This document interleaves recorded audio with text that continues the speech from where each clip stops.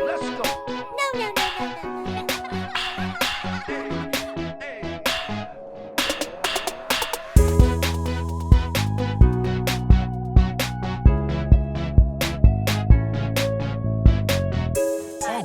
How about your favorite bedtime story? Welcome to this episode of Parents Corner. My name is Christine Kasina, and what we do here at Parents Corner is to empower you to be the best parent that you can be, whether you're a dad, whether you're a mom, to grow you professionally and in your personal life. What we're also passionate about is to bring you people from whom you can learn from, and today we are joined by Susan Wangui of Baby Blossom. If you've never heard of Baby Blossom, today is the day. Another time management tip, which other one do you have? Apart from the schedules, just like I said, prioritizing what is important and scheduling for it. And you don't have to do everything, even if you don't get time to do everything you had scheduled to do. Right. You do not have to beat yourself up. I mean, there's always another day. Amen to that. Amen to that. And the other day we were having a conversation and somebody said, do you know even on the day you die, you will not have finished everything you wanted to do. I mean, you will never finish everything you wanted to do. Just make peace with that. That's easy to say, but you know, for some people, there's a type of personality sometimes you have that when you are putting your head on the pillow, your mind is still, oh my God. It takes a lot of mindfulness to be able to separate and give yourself graces. Mindfulness is very important. Yeah. Living for the moment is very important.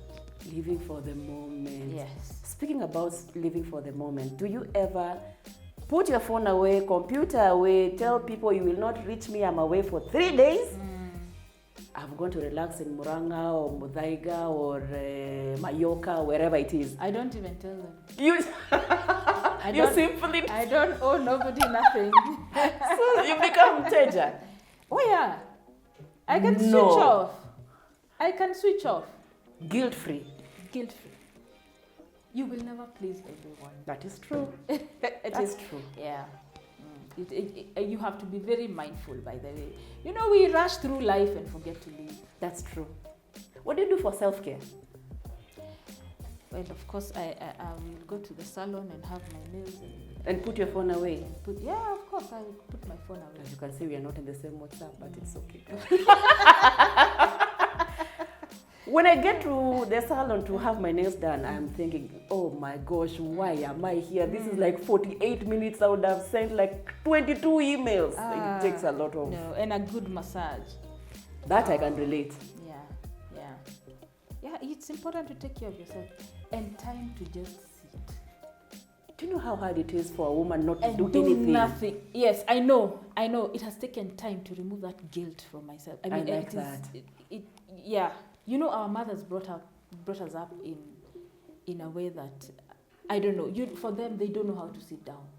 Sitting down is being lazy. Have you ever gone to visit your mother? And even at your age now, she's still milling around you. Chai imekuja, mandizi imekuja, uji everywhere. She's everywhere. They don't know how to sit down. Special skill. That's how their brain is wired. It's not a special skill. It's because they wear out and they don't know. I've never seen my mother tired. You can. And I was there this past weekend, and it was her day, but she's still busy. Yeah, it's because that's how her brain is wired. She's fine. So you can switch off and go wherever. Yeah. What's your best destination so far? Even if it's local, it doesn't matter. Even Denderu counts. I'm joking. You know, sometimes when you ask a question like that, the Dubais automatically come to people's head. No. This country is a beautiful country. You'd be surprised. It is. What's your best destination Have you been to the so Mara? far? It's a beautiful country. Have I been to the Mara? It's been a while, but I did realize I'm not a bush person. I'm a beach person. I like the sound of water. And sometimes, like when you go on a game drive, for example, the Mara, and like we are here going around and around looking for this one big lion. I'm like, I'm in the beach right now. I don't need to go look for it. But people are different. Yeah, people are different. So you like the bush? Me, I like the bush. Okay. But it depends. It doesn't have to be the bush. I can, like I said, me, as long as I'm away from my house, from the schedules, I'm fine. I can be fine anywhere. Yeah. You know, the only way, Susan, you can be able to do that is when I don't know if you've been able to find the secret to have systems in place within your business. Yes. Did you struggle at the beginning to put systems in place, or from the word go, having mentors and all that helped you to put that in place? Yes, having mentors helped, but also it helped to go to school. What kind of school? Okay, not really school, but to do like some formal education about business. Because it was not easy. Some things you have to learn that you can't do everything in your business, and so you have to set up the systems. And for me, I had to go to do a business course. So this is after, of course, getting your baby number one. Beyond your banking, you've then empowered yourself by going back to school. Yes, I've done a few courses. For right, business. That's important. Yeah, and of course I read a lot on business. I have either a business book or a parenting book or a God book. I like that. I like that. But let's start with the systems bit. You had a mentor to help you put systems in place. Yes, I had. You are such an organized person. You have to be. There's no option. Yeah, because it's so much easier when you put systems in place. Yeah. And when you talk about systems, let's break down the systems part. What kind of systems even for people who are new businesses, what kind of systems do we need to put in place? Everything needs a system. Your sales process needs a system. You know, we are normally the system, right? Yes. I have the system. Everything, accounting needs a system. Everything needs a system. From when you pick up the phone. I totally agree with you. Yep. There has to be a system on what are you supposed to say. You don't just because. And just because it's your friend, you speak anyhow. Yes, and you have to have all those documented, so that anybody can do it. That's true. You don't have to have a specific person. They hold you ransom. I mean, they give you no option. When you rely on one person, the way one person does things. No, it should be system based. Yes. Then when you change that person, your customers will notice. That's interesting. So you have to have a system which anybody, even somebody who has not gone to school, will come and they know what Baby Blossom, this is the way when it comes to customer service. Yes. This is our procedure. Yes. Handling a sale. Yes. Handling a complaint. Yeah. Yes. This is the process of doing 1, 2, 3. Yeah. So anybody, even if you have not been to school, as long as you can read, you can fit into that system. So you don't struggle with employing people. Yeah. Because then they come fit in to what system you have built in place. As long as you can be trained, you can do the job. I like that. Yeah. In a market where sometimes we try to look for the cheapest person to do the job, what's your experience so far? We did mention that, of course, hiring people is not easy. Yeah. But I'm just wondering what works when you're looking at, in a market like this, you want to get somebody to do something. Are the graduates better than the non-graduates? Or I wonder how you hire. It's become very hard to hire. It's very hard. Because your MBA people will show you things.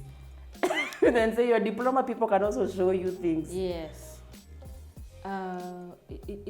It is not about how many degrees or whatever you have.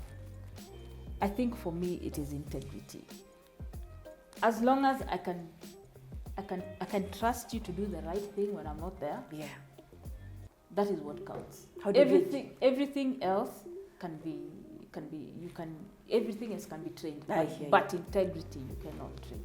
I wanted to ask you, how do you gauge integrity? Even just simple tasks. You're something like what do I say? But it's not hard. No. We can continue. Okay. Sometimes you can, when it comes to integrity, you can pick a vibe from somebody even as you're having a conversation, or you send them for something, or when they tell you they'll send that email at 3:42, And then at 4, we're still having this conversation. Yeah, even beginning with just the time you came in for the interview. Have you called people for interview and they come 2 hours later? No, why are we even calling them after that 2 hours? God forbid, we don't even need to call them. They are very simple things. Like, can you just keep your word? If you're supposed to be here, I mean, it's nowadays. There's a time we had interviews, and I had interviews for 5 people, and only one came 10 minutes late. The rest were either 2 hours late, and another one Susan, you're 30 joking. minutes late. And you're coming for a job interview. You're offering them an opportunity. What happened to the days when you used to show up like 2 hours before an interview and we're sitting at the reception and... I don't know. I think we have a problem. No, I totally agree with you. It could be I don't know if it's a worldwide culture problem or it's a Kenyan problem. I don't understand. That is something I don't understand. It is very 2 hard. hours later. Yeah. And what did they say after 2 hours? And they're still expecting to be interviewed. Yeah. They will give you stories, of course. I don't know Traffic, yeah. But if you knew there was traffic, I mean, you leave 2 hours before. I mean, I don't even know how they're still there are sitting things, there are in front excuses of you don't even give. Yeah. So, just beginning with that, keeping your word, is very important.